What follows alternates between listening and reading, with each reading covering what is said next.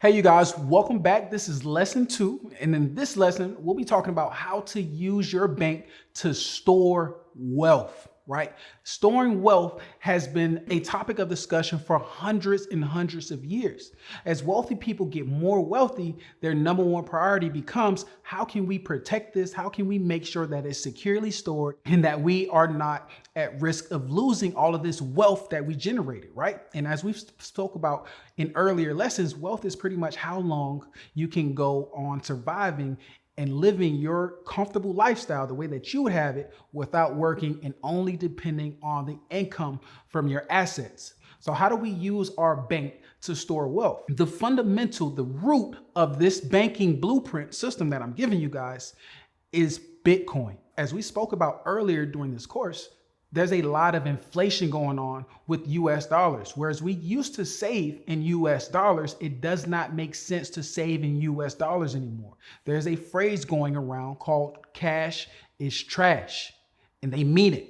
Cash is trash because they're printing so much of it, it's dwindling value at an exceptional pace. So when it comes to using your bank to store wealth, you want to make sure that it's stored in an asset or assets that allow you to not only capture that wealth, but increase in value over time.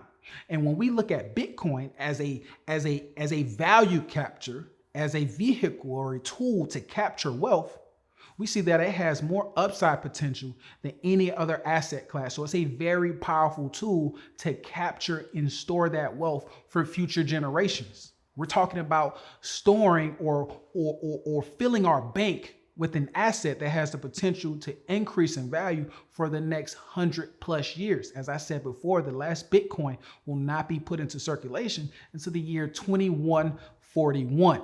Okay, so a quick recap. We talked about how to store our wealth in the most powerful asset in the world. Never before have we been able to have an asset that is easy to purchase as going to Cash App. Oftentimes we take that for granted, but that's a very powerful tool for storing wealth because it's naturally deflationary. We want to avoid the risk of inflation by storing our wealth in something that is deflationary, which will naturally continue to increase in value.